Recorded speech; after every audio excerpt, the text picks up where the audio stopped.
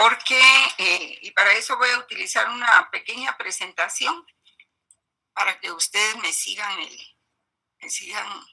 la clase ahí, el hilo conductor, ¿verdad?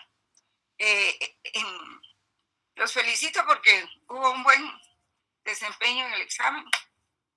Realmente hubo un promedio de 20 puntos que a mí me parece que estamos bien. Es decir, que sí llegó el mensaje. Entonces vamos en este momento a colocar la presentación. Voy a ver si la tengo. No la tengo. Voy a tener que obtenerla de mis documentos. Un momentito, por favor.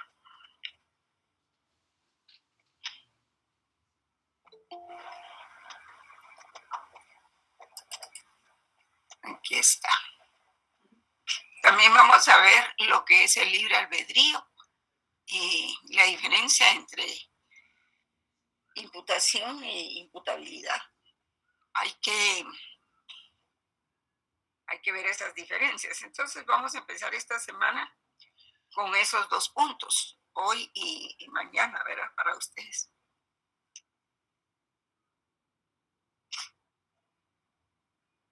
Bueno, aquí está la presentación. Ahorita la voy a colocar para ustedes.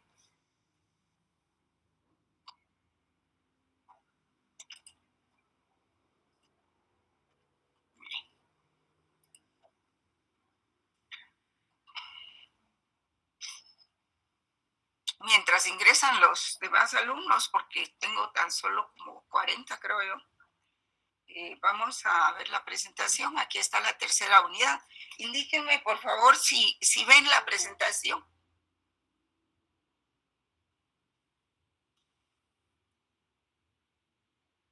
¿Ven la presentación, jóvenes? Sí, licenciada, buenas tardes, ¿sí se ven? Buenas tardes. Qué bien, gracias, Laura Rocío, muy amable. Vaya, licenciada.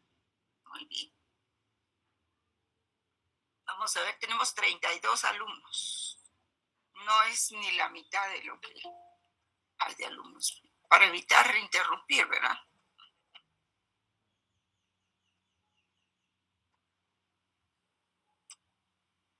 Bien.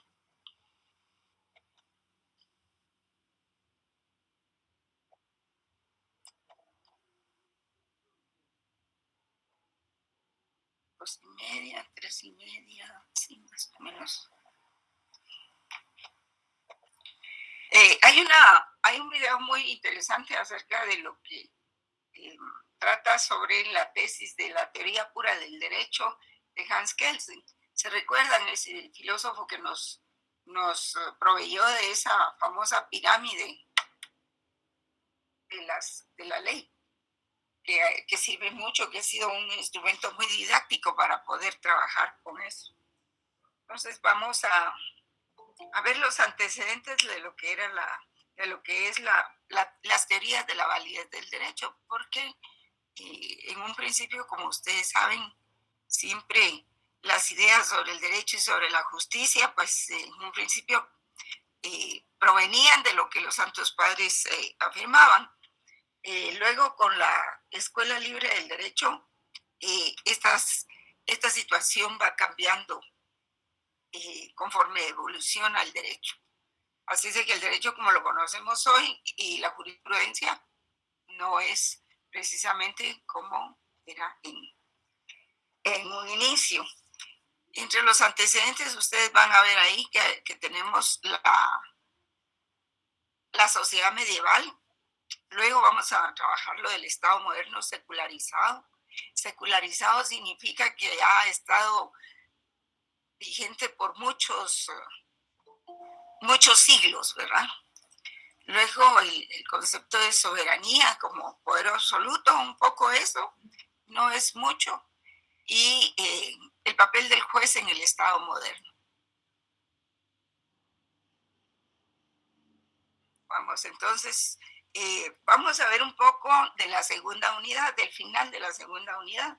Y por eso en el examen casi no pregunté de eso, porque yo sabía que tenía que, no repetirlo, ¿verdad? Pero sí más o menos tocar de nuevo el tema.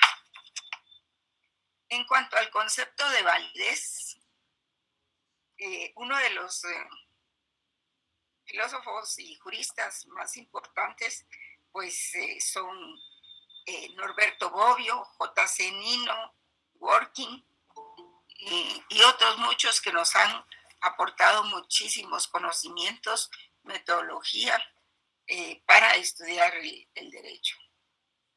Entonces, ¿por qué vamos a estudiar la validez de la norma?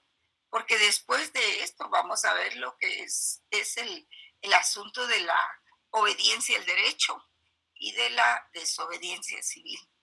Por eso es el que tenemos que ver desde nuestro curso esta parte. Entonces, Norberto Bobbio pues señala que para obtener un concepto claro de validez de la norma jurídica hay que atender a tres problemas. En primer lugar, pues el de su justicia. Y esto corresponde al mundo del deber ser. No del ser, sino al mundo del deber ser. En lo que se refiere a los deberes, a las obligaciones, a no el derecho como es, sino el derecho como debe ser. O sea, a la norma jurídica. El segundo problema que tenemos es de la eficacia, el de la eficacia de la norma. Y este es un aspecto que corresponde al problema fenomenológico. Por ejemplo, lo fenomenológico es cuando nosotros estudiamos los hechos y la aplicación del derecho a los hechos, que al final viene a ser la praxis social. Lo voy a... Aquí está. Entonces, desde el punto de vista de Norberto Bobbio, repitiendo, hay tres problemas. El deontológico, que corresponde a la justicia, desde el punto de vista de la justicia, para estudiar el derecho, el mundo del deber ser, el mundo de los deberes. El de su eficacia, cómo funciona el derecho en la realidad, en los hechos, que es el problema fenomenológico. Porque fenómeno, la palabra fenómeno quiere decir lo que ocurre, ¿verdad? El hecho, lo que pasa en la vida humana. Y también tenemos el problema de su validez propiamente, ¿verdad? Que este es un concepto propiamente ontológico, o sea, se trata de analizar si es válido o no es válido el precepto. ¿Se recuerdan que cuando hablamos de lógica jurídica, al definir la lógica jurídica dijimos que a la lógica lo que le interesa es que el planteamiento sea válido, no si es cierto o no lo es, no su verdad, digamos, no su verdad o su falsedad, sino si el fundamento es válido. Y eso es lo que corresponde a la lógica jurídica, que lo que nos está diciendo es de que es la forma de hilar y de articular todos los conceptos. Entonces, para Bobbio, pues, él, no obstante esos tres problemas que él manifiesta, dice que claramente que para él, en lo esencial, solo existe una validez, y es la validez jurídica o formal. Es decir, que de los tres problemas enunciados, él considera que el problema de la justicia y la eficacia de una norma no guarda relación con el problema de la validez jurídica y que hay que concentrarse pues en el problema ontológico de validez. Y en cuanto al otro autor, J.C. Nino, que lo vimos cuando hablamos sobre el concepto del derecho, ¿se recuerdan? Él sugiere algunas formas de interpretar o de utilizar el concepto de validez. En un primer sentido, dice, validez puede significar que una norma o un sistema jurídico existen. Y como existen, entonces tienen validez por la existencia. O sea, existe la validez como existencia. En un segundo sentido, el concepto puede servir también para concluir que existe una obligación moral de obediencia. porque lo que se declara prohibido, permitido u obligatorio, efectivamente así lo es. Entonces, la validez de la norma radica, según él, en segundo lugar, en que conlleva una obligación moral de obediencia. Y eso se conoce como validez como fuerza vinculante. También puede utilizarse para sostener que una norma pertenece a un cierto sistema jurídico. Y eso lo conocemos como validez de pertenencia. O sea que tiene su origen en un sistema jurídico, en un corpus juris existente, como el guatemalteco, por ejemplo, como el salvadoreño, como el estadounidense, el mexicano, etcétera, ¿verdad? Que pertenecen a un sistema jurídico vigente y de ahí su eficacia. Entonces, el concepto de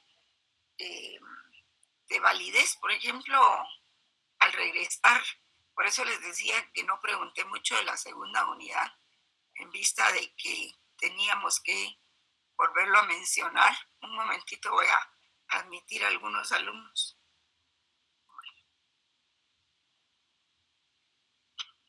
Porque volvemos a tocar de nuevo, perdón, a esta autología, ¿verdad?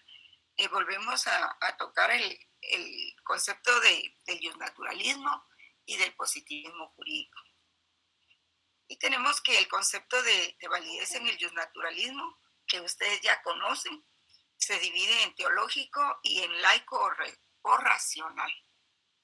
El primero, el teológico, sostiene que el derecho natural o justo se origina en la naturaleza del hombre, pero del hombre como hijo de Dios. Y el segundo sustituye la idea del creador o de Dios por el carácter racional del ser humano. El segundo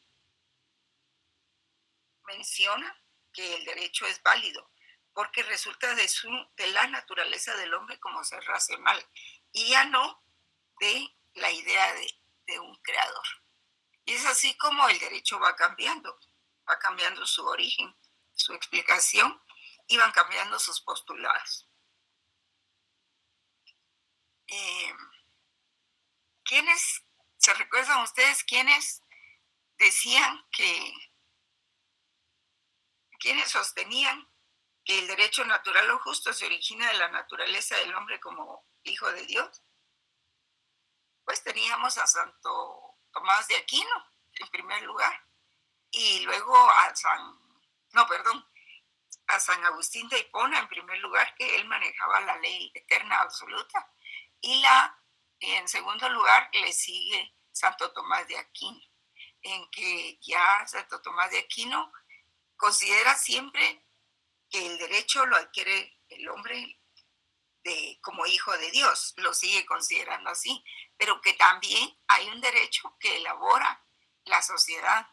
Entonces es donde él pasa de esa idea del derecho creado por Dios, que es la idea de eterna absoluta, a una idea teológica siempre, pero a una idea relativa.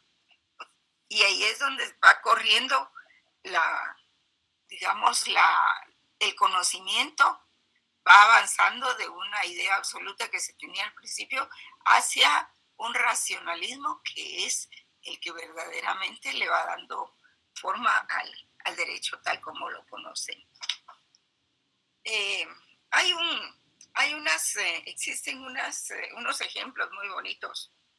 Dice: la contradicción entre las reglas creadas por el hombre y la naturaleza aparece en el pensamiento de los sofistas.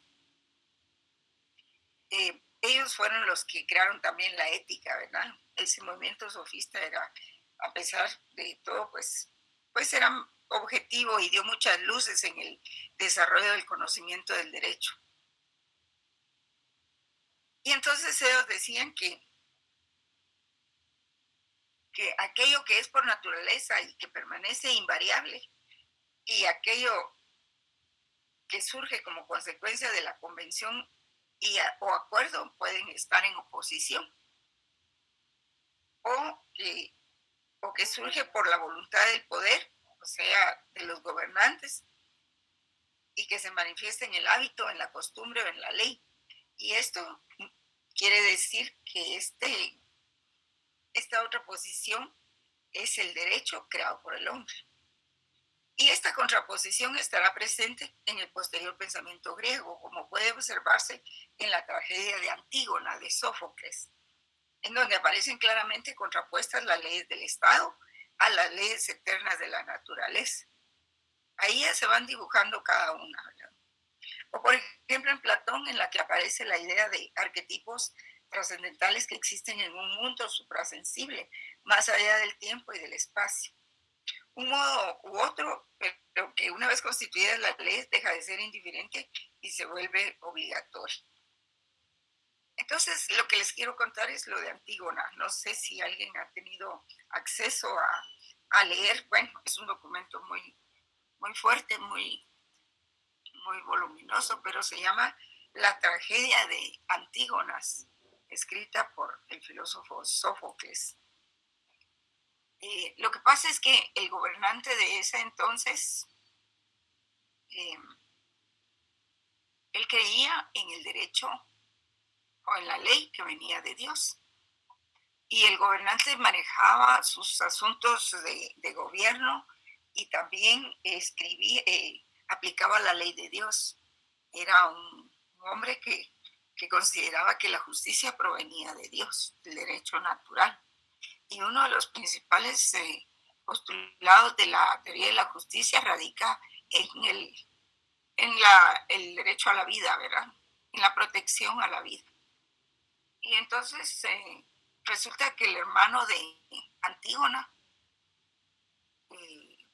parece que cometió un acto que enojó al rey, pero lo enojó tanto que no solo lo condenó sin previo juicio, sino que además la condena o la pena que le impuso fue de que tenía que ser arrastrado por una carreta jalada por caballos por todo el pueblo hasta que su cuerpo se destrozara.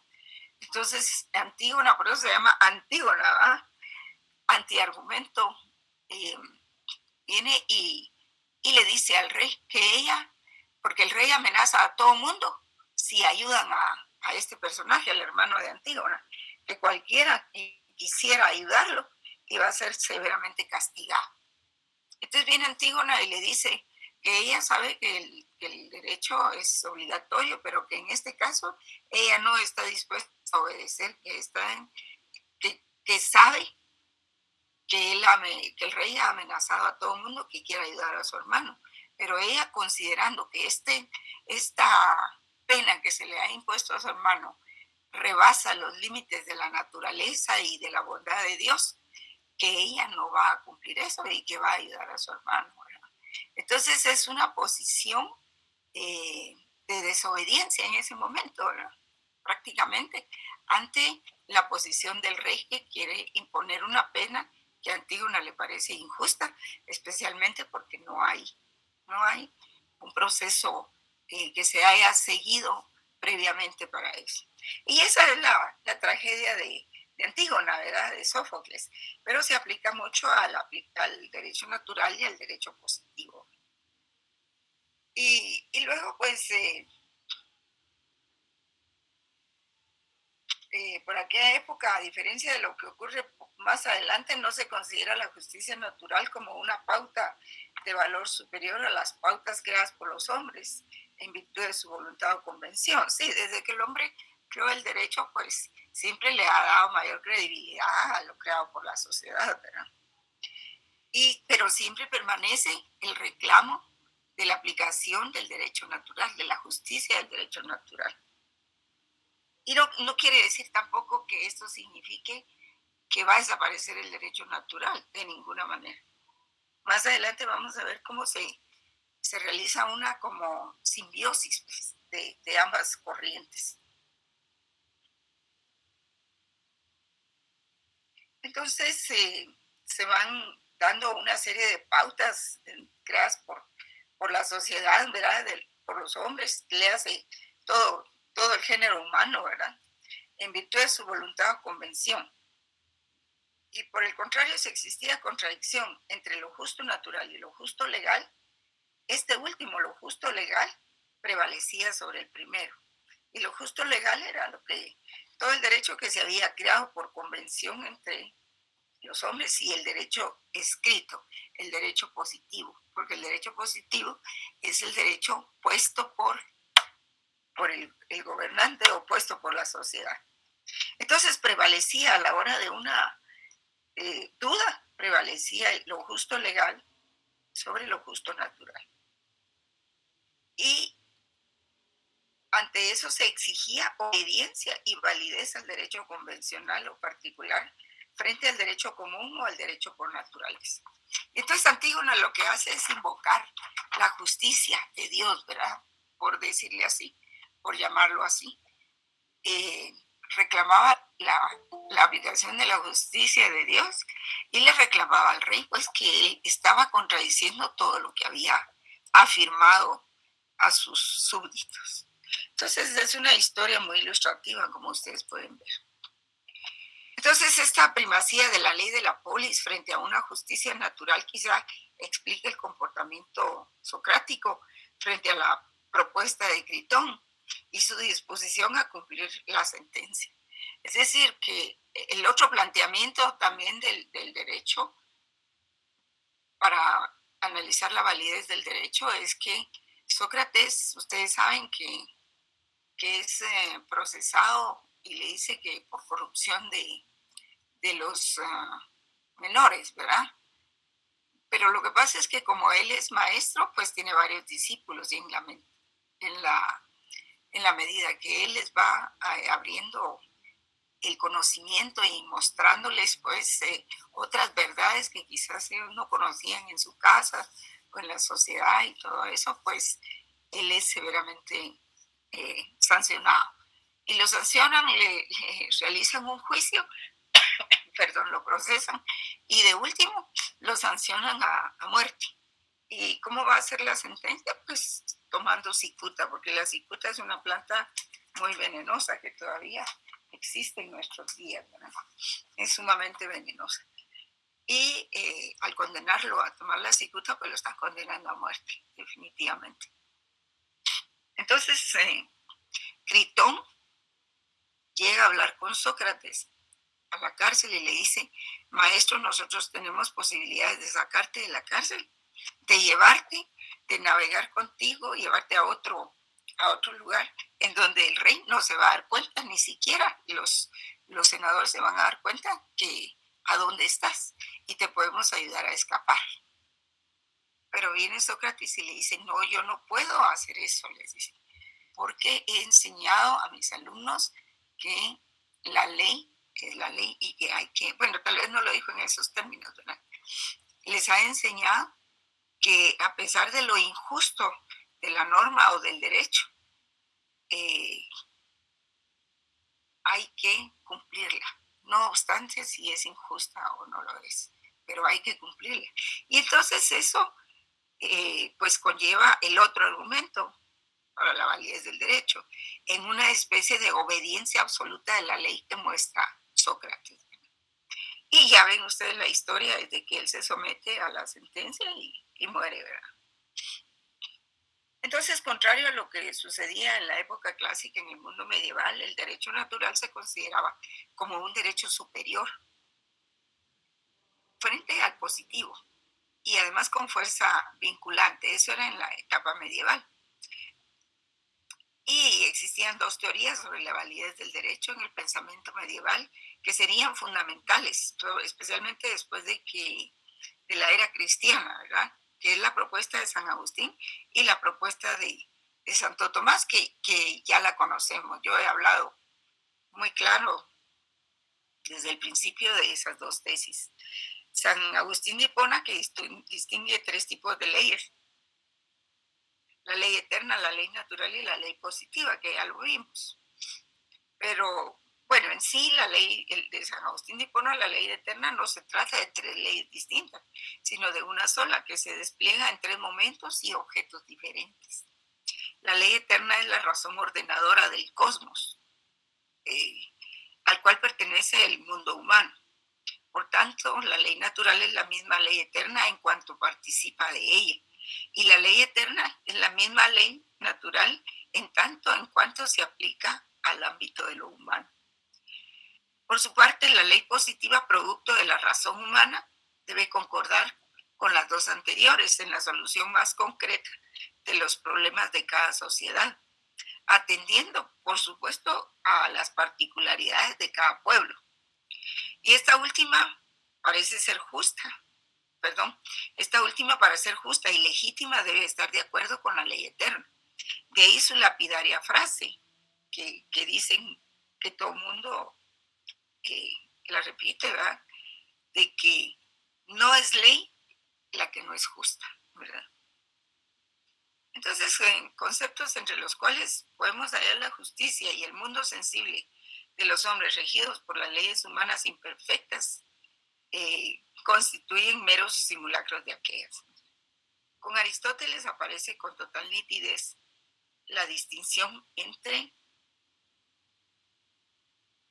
justicia convencional creada por los hombres y la justicia natural. Él lo distingue muy bien porque incluso nos señala, ¿verdad?, de que nunca se deben descuidar los principios de una ley, porque si bien es cierto, la ley cambia constantemente, no cambian los principios generales de la ley, ¿verdad? Entonces, mientras esta última, entonces Aristóteles aparece o hace la distinción entre justicia convencional creada por los hombres y justicia natural. Mientras esta última es lo que en todas partes tiene la misma fuerza, o sea, la justicia natural no depende de la aprobación o desaprobación del ser humano. En tanto eso es así, la justicia legal o convencional es la que en un principio es diferente, que sea de un modo o de otro, pero que una vez constituidas las leyes, o sea, como leyes, como tales, deja de ser indiferente eso y se vuelve obligatorio, ¿verdad? Y entonces por eso es de que a veces el derecho es arbitrario, si no está relacionado con la justicia.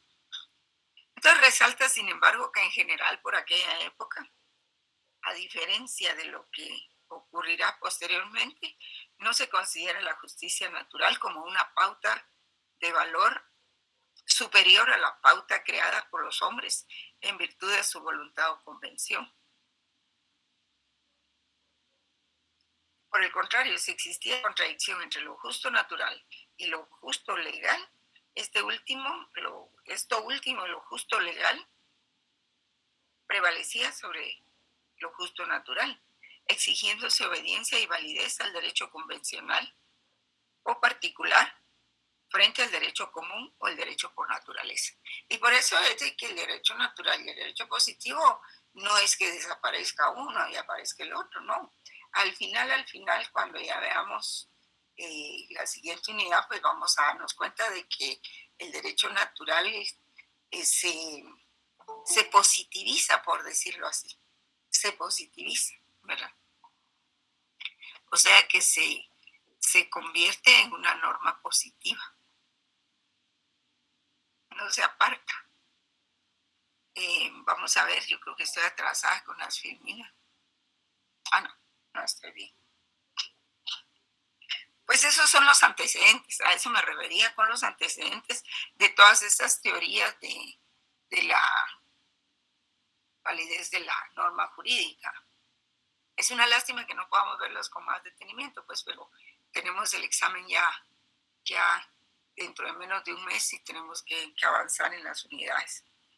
Pero yo les voy a enviar un video que habla mucho habla un poco, toca la teoría pura del derecho de Hans Kelsen y sus argumentos.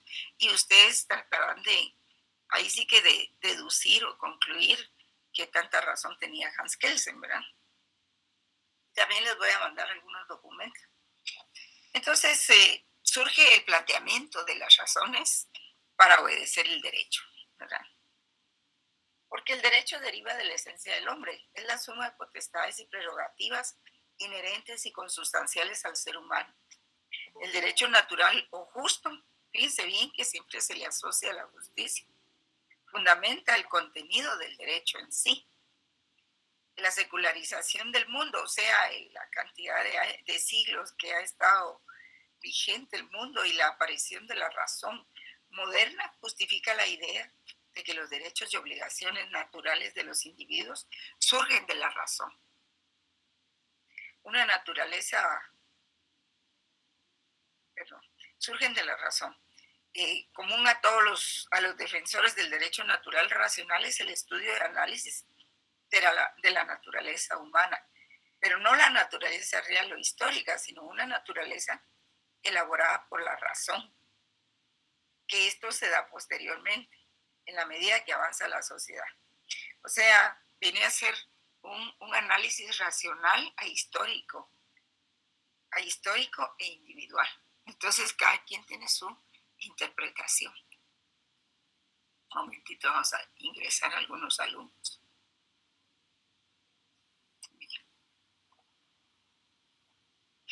Y a partir de este análisis se formulan reglas de justicia universales que sirvieron de guía a la conducta humana. Por ejemplo, ¿como cuáles? Como la Declaración Universal de los Derechos Humanos, como la Declaración de los Derechos y Deberes del Hombre y del Ciudadano. Y todas esas declaraciones a nivel mundial, a nivel universal, han servido para que se elaboren las constituciones de cada país o la Carta Magna, porque son preceptos del derecho natural, propiamente, no nos confundamos ahí.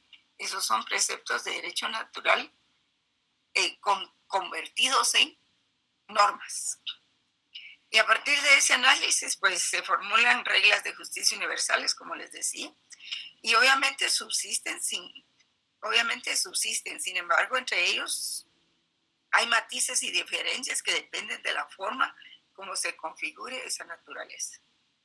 El justnaturalismo racionalista compartirá con el justnaturalismo medieval la subordinación del derecho positivo al derecho de la razón y de lo justo, ¿verdad? O sea, al derecho natural. Y entonces el derecho natural se nos queda en nuestros principios generales y el derecho positivo es propiamente la norma, ¿verdad? Pues la sociedad y surge el positivismo. Voy a ver cómo están las filminas. Sí. Surge el positivismo legalista o formalista. Entonces, la sociedad medieval se caracterizó por la pluralidad de ordenamientos jurídicos y por la diversidad de fuentes de creación del derecho. Empezaron a surgir varias fuentes de creación del derecho. Las mismas normas escritas, estas declaraciones universales, las fuentes reales propiamente que estaban en la sociedad, en la parte fenomenológica, como dice Norberto Boyle, y también digamos que la praxis social. La aparición del Estado moderno secularizado trae como consecuencia la monopolización del derecho por parte de la comunidad política organizada, a quien se reconoce como su única fuente, y la racionalización del material jurídico disperso. El derecho es el establecido en la ley por el Estado. O sea que esta comunidad política organizada se va convirtiendo en lo que nosotros conocemos como el Estado, con ese poder público que obliga a todos los integrantes de una sociedad determinada. Entonces, el Estado es el que monopoliza el derecho, pues, y su aplicación. Y su obediencia, y la obediencia a ese derecho no depende de un fundamento trascendente e intemporal, depende de su positividad, es decir, de que ese derecho haya sido puesto por el soberano. Y del soberano, de esa palabra del soberano, aparece la soberanía, el término soberanía. El Estado entonces ejerce un monopolio legítimo de la violencia y está por encima del derecho, es soberano. El concepto de soberanía como poder absoluto implica que el Estado está por encima del derecho y lo convierte en un ente único y autónomo, que no tiene límite en el ejercicio de su poder y que carece de instancias superiores que lo legitimen. Pues sí, porque sobre el Estado, ¿qué hay, verdad? Por encima del Estado, ¿qué hay? Porque el Estado son los tres poderes, ¿verdad? No es solo el Ejecutivo. Y este hecho va a afectar de manera significativa el papel del juez. Antes de la aparición del Estado moderno, el juez en sus decisiones mantenía un cierto margen de libertad en la elección de la norma por aplicar. Posteriormente, eso no es posible en la nueva situación que hace del juez un órgano del Estado subordinado al poder legislativo y a la ley. Sí, cuando se crea el Estado, jóvenes, porque antes de ello, primero, bueno, Marx afirma de que el Estado y el derecho, y Engels también, surgen al mismo tiempo y por las mismas causas. Entonces, cuando eso sucede, se da un movimiento codificador, que ustedes lo pueden ver ahí en la filmina, más o menos, y las grandes codificaciones. Así es como surge, en primer lugar, digamos, la clasificación de las normas del derecho, las normas morales, normas convencionales. Y es así donde dentro de las normas del derecho que ya se están separando de las demás, pues surge el derecho que se aplica a las personas y a la familia, que es el derecho privado, y todo lo demás es derecho público, ¿verdad? Lo que es el derecho constitucional, el derecho administrativo sobre todo, ¿verdad? Lo que posteriormente van a ser otras ramas del derecho, por ejemplo, el derecho penal, el derecho laboral, el derecho ambiental, que eso tuvo una formación enciclopédica y también una conformación secularizada, o sea, estuvo vigente por muchos años y todavía continúa. Entonces ese movimiento codificador es un movimiento muy importante. Cuando ustedes vean el derecho internacional privado, se van a dar cuenta que precisamente surge el derecho internacional público y privado, porque hay que separar las normas que afectan a la familia, a la persona, a los hijos, a los tutores, a los viajeros, en fin, a los apátridas y todo, y eso se aparta como un derecho personalizado, o sea, un derecho privado, diferente de todo el demás derecho internacional, que es propiamente el derecho natural, porque todo lo que existe en los convenios es derecho natural. Bien. Bueno, entonces el movimiento codificador y las grandes codificaciones producidas a finales del siglo XVIII, principios del siglo XIX, se propusieron ordenar el conjunto de pautas heterogéneas. Ahí está. Había muchas pautas, pues, para clasificar el derecho. Pero entonces, al recogerlas en un código, al elaborar los códigos y separar las normas, eso dio lugar a poder ordenar todo ese conjunto de opiniones, de doxas, de pautas heterogéneas que existían, que algunas eran anacrónicas y contradictorias, pero venían desde mucho tiempo atrás, desde los tiempos de la creación de la Biblia, o mucho atrás, ¿verdad? Por ejemplo, desde antes de San Agustín de Hipona. Y regulaban las relaciones sociales y políticas en el momento. Entonces también había que separar lo que era propiamente el derecho como sociología, y había que, para regular las relaciones sociales y también las relaciones políticas. Imagínense ustedes cómo sería de difícil la separación de esas dos ramas del derecho, porque las relaciones sociales son casi idénticas a las relaciones políticas. Casi, ¿verdad? Idénticas. No lo son totalmente. Entonces esa codificación permitió, por una parte, la ordenación y racionalización de los materiales normativos a partir de un nuevo orden jerárquico de fuente. O sea, empezaron a clasificarse las fuentes del derecho. Y por la otra, la creación de reglas de derecho que sirvieron para cimentar el naciente Estado liberal de derecho, en oposición a una tradición jurídica conservadora y monárquica. Sí, porque el Estado liberal viene a romper con las monarquías. Y en muchos países empezó, como en la Revolución Francesa en Francia, que que desapareció la monarquía, se atacó a los monarcas, se los desapareció y crearon ¿qué? Crearon la república, ¿verdad? Crearon la república. Los Estados Unidos también se independizan de las metrópolis, ¿verdad? Como era Inglaterra, como era Francia, y incluso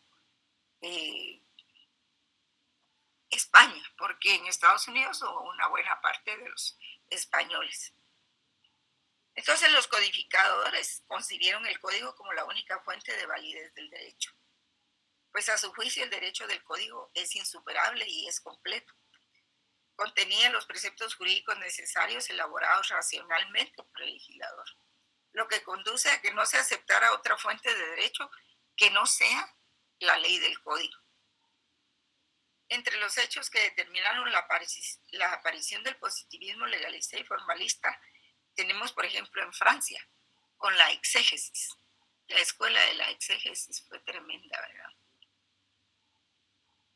Se encuentran primeramente el fenómeno mismo de la codificación que en Francia, que hace que el código se sustituya en el manual o prontuario básico donde el operador jurídico o judicial, mejor dicho, sin mucho esfuerzo hallaba la solución al caso. El código aparece como la vía más simple y breve para la solución de la controversia, restándole protagonismo a las otras fuentes del derecho. Y es ahí donde se empezó a formar el derecho de las leyes, ¿verdad? Entonces dice, Norberto Bobbio critica, bueno, ¿este es el derecho, el mundo de las leyes o es el mundo de los hombres, ¿verdad? ¿Cómo está? En segundo lugar, porque se abusó mucho de la emisión de leyes, ya todo era por una ley. Y todavía continúa esa tradición. En segundo lugar, la elaboración y primacía del argumento del legislador racional o de autoridad del legislador le atribuía a este la calidad de sujeto infalible o le imputaba ciertas características que garantizan su racionalidad. Y oigan bien esto, se suponía, por tanto, que si el legislador es racional y su actividad también, su resultado, que no es otro que la ley positiva, debía hacerlo también. Por consiguiente, el derecho positivo no reflejaría una voluntad caprichosa y arbitraria del poder, sino una posición objetiva y justa. Además de lo anterior, este argumento supone que la voluntad del legislador se materializa en la norma jurídica y se expresa en forma clara y completa. De ahí que lo mejor es someterse al dictado de la autoridad soberana. Y en tercer lugar, la tesis de la separación de los poderes, que desde Montesquieu se convirtió en el fundamento ideológico de la estructura del Estado moderno y del ejercicio del poder dentro de este. Según esta teoría, las competencias entre los diferentes órganos del poder político deben estar taxativamente establecidas en los códigos, ¿verdad? Atribuyéndole al legislativo el poder de creación del derecho mediante la ley y al poder judicial el de su aplicación. De ahí que el juez, según Montesquieu, solo tenía que ser la boca de la ley a través de la cual habla la ley. Finalmente, la necesidad de certeza del derecho, la codificación, para los partidarios de la exégesis, la codificación provee a los individuos de un criterio seguro y cierto que les permite saber y que les provee a los individuos un criterio que anticipa la exactitud de las consecuencias jurídicas de su comportamiento. Al tener la sociedad un conjunto invariable y estable de leyes, eso era lo que se pensaba, ¿verdad?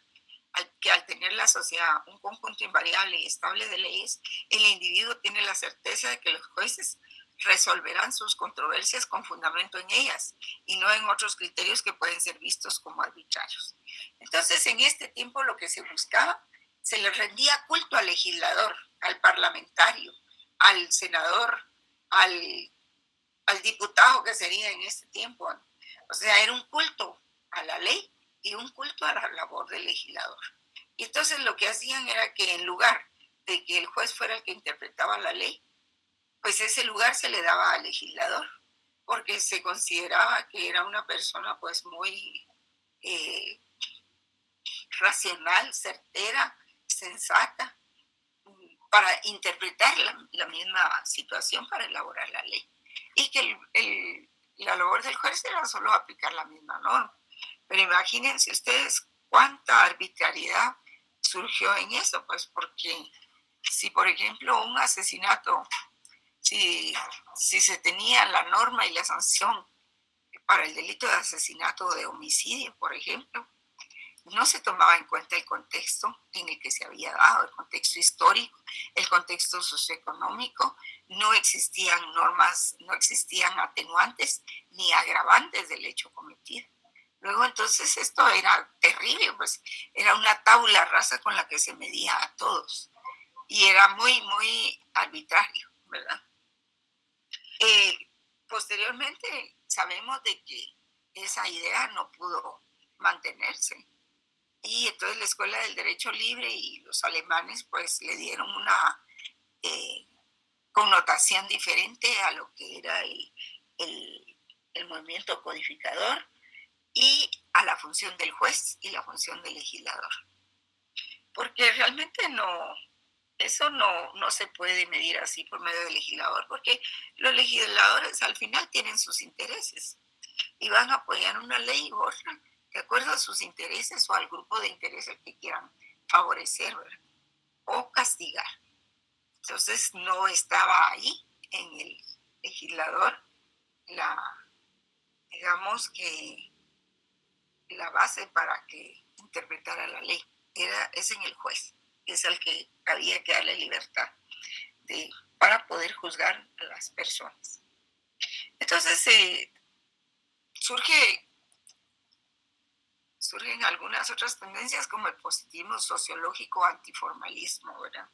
Antiformalista, con la aparición de nuevas tendencias en el pensamiento jurídico de corte sociológico y las críticas de las concepciones socialistas comenzaron a señalar los límites y las debilidades de la codificación y del positivismo legalista formalista.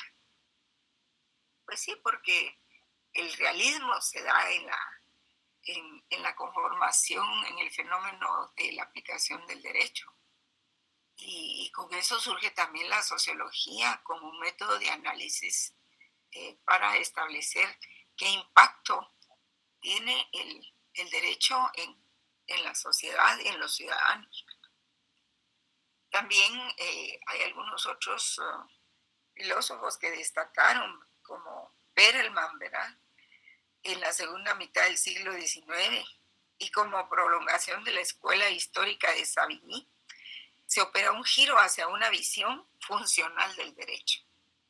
Y eso va cambiando los paradigmas y la perspectiva también. Los defensores de la concepción sociológica del derecho piensan que este sigue siendo la ley elaborada por el legislador. Pero a diferencia del positivismo legalista y formalista, no admite la idea de que la ley sea una simple forma vaciada de contenido, pues que solo se vaya a ver ahí y que tomamos este contenido y lo trasladamos literalmente. Sobre todo en una función tan delicada como es la función del juez. Entonces, ya en este positivismo jurídico, sociológico, antiformalista, pues la ley tiene un contenido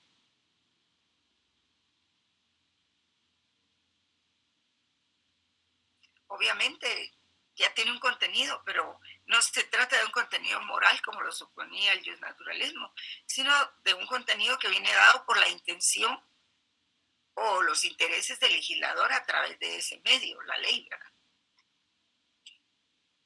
Entonces digamos que el legislador no es tan puro, no es tan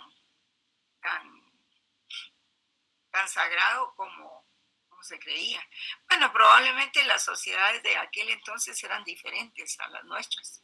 Y por eso era que en un momento dado pues se creía mucho en la sensatez, por decirlo así, y en la racionalidad de los legisladores que existían, ¿verdad? Eran probos, eran honestos, eran entregados a su labor. Y eso pues hizo que se le rindiera cierto culto al legislador y a la ley. Pero las sociedades van cambiando y los defectos de las personas y de las sociedades van saliendo a flor de piel. Entonces es necesario ir ajustando las nuevas corrientes del derecho a las nuevas circunstancias. Y es ahí pues donde surge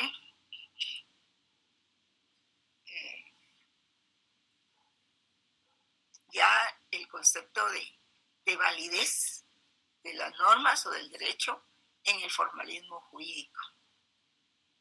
Si la sociología es antiformalista, entonces es necesario volver a escribir o volver a conceptualizar el derecho válido dentro del derecho del corpus juris, dentro de los códigos. Y a eso se le llama formalismo jurídico, porque está escrito. Pues. Teniendo en cuenta pues, que el derecho es producto de la voluntad del hombre, que es una reacción contra las especulaciones teológicas y las construcciones metafísicas. ¿Sí? Pues sí, el racionalismo surge como una reacción y hasta oposición a, digamos, a los dogmas teológicos, ¿verdad?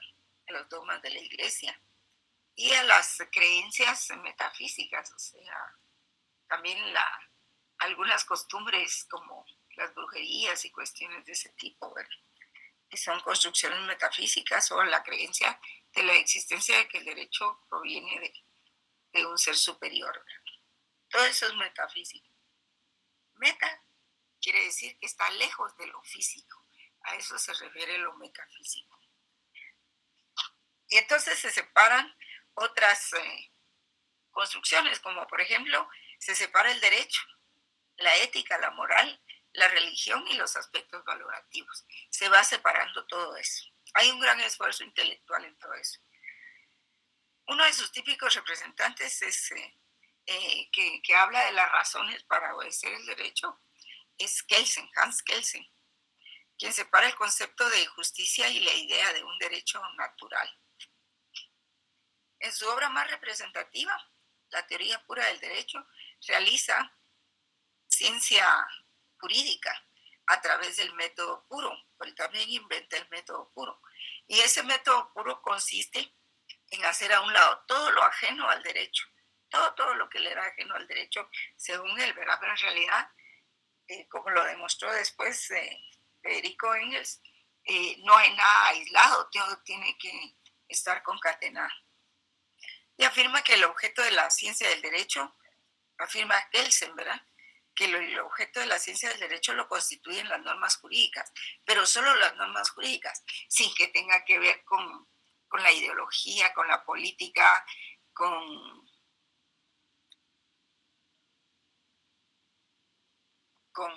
la política, pues porque la política implica el Estado, con la sociología, en fin.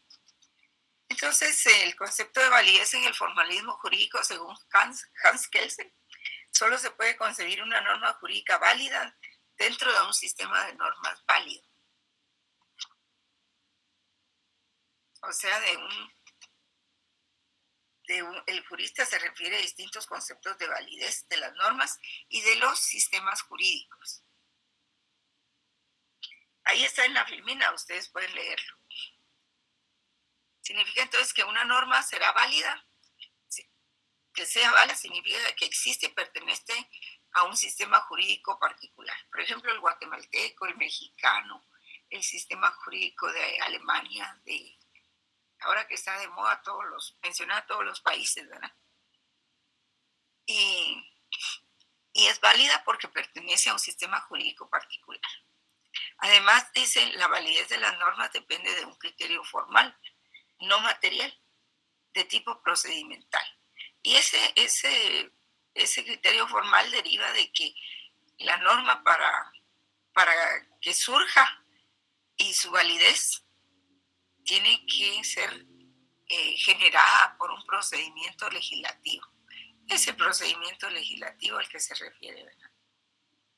Y él dice, por ejemplo, la norma B es válida, o sea, la norma ordinaria, por decirlo así, es válida sí y solo si el órgano gubernamental competente y autorizado por la norma A, o sea, el Congreso, autorizado por la Constitución, que la Constitución tiene una jerarquía superior a la norma B, a la norma ordinaria, siguió el procedimiento adecuado y estipulado en la norma A, o sea, en la Constitución, cuando creó a la norma B. Por último, la validez de un sistema jurídico significa que los individuos se encuentran sujetos a las órdenes y mandatos que las normas de ese sistema les imponen. Es decir, que tenemos una constitución, que la constitución prevé un proceso legislativo, que ese proceso legislativo se da en uno de los tres poderes del Estado y que si generan las normas ordinarias, en congruencia con las normas constitucionales, entonces la norma será válida, porque proviene no solo de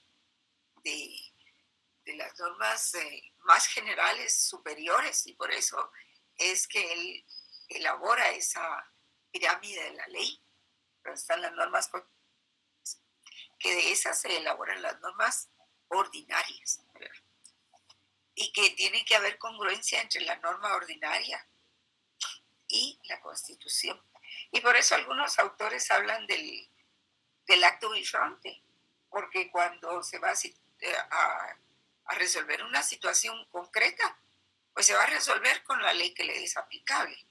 Si la ley que le es aplicable es un reglamento, pues este reglamento tiene que ser congruente con la ley ordinaria que le dio vida. Y esta, a su vez, tiene que ser congruente con la ley constitucional, porque si no, entonces adolecería ¿de qué? De inconstitucionalidad. O sea, que no existe en la Constitución. Y eso hace que pierda inmediatamente su validez, ¿verdad? Entonces dice él que la validez de un sistema jurídico significa que los individuos se encuentran sujetos a las órdenes y mandatos que las normas que este sistema les impone.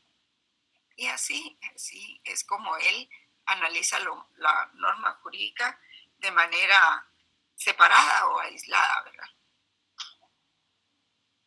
Entonces, existen condiciones de validez que pueden ser formales y materiales también, ¿verdad? Dice Hans Kelsen. Kelsen permanentemente dice que la validez es la existencia específica de las normas jurídicas.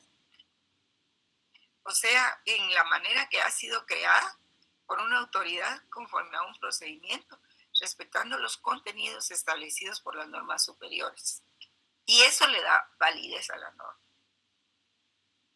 Y esa validez tiene diferentes ámbitos. Está el ámbito territorial de validez, el ámbito personal de validez, el ámbito espacial de validez, el ámbito material de validez, el ámbito temporal de validez.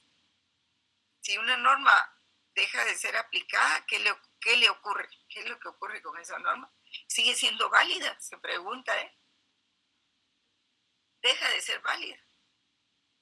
O si una norma deja de ser válida, todo el ordenamiento jurídico deja de ser válido también. Si en general el ordenamiento jurídico es obedecido o aplicado, o sea, si en general es eficaz, sigue siendo válido.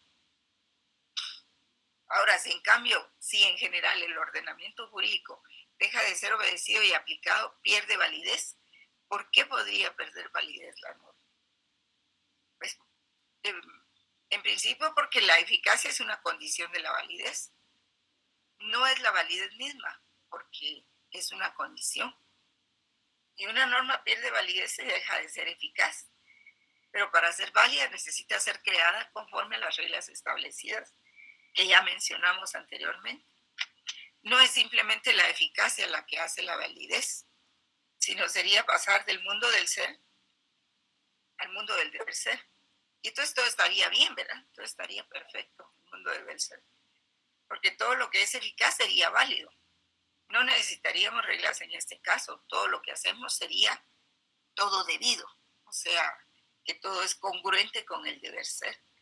Pero nosotros vemos que realmente los problemas de la sociedad no se resuelven solo con una ley, ¿verdad? Hay muchas otras cosas.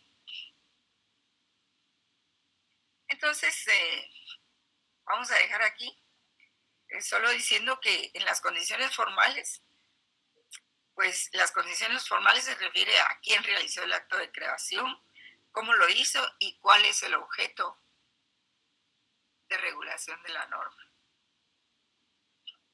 Establecer lo que es posible hacer. Y la competencia formal es que la norma haya sido creada por el órgano competente. En conclusión, que en cuanto al procedimiento, la validez de la norma requiere que se observe el procedimiento establecido para eso, ¿verdad? Para la creación de normas. El acto de creación debe manifestarse en la forma prescrita. Y la competencia material, pues, es que las normas no solo están vinculadas a un sujeto normativo y a un procedimiento específico, sino también a un cierto ámbito material de regulación. Y luego, pues, las condiciones materiales de la norma, que se refiere a lo que prohíbe, manda o permite.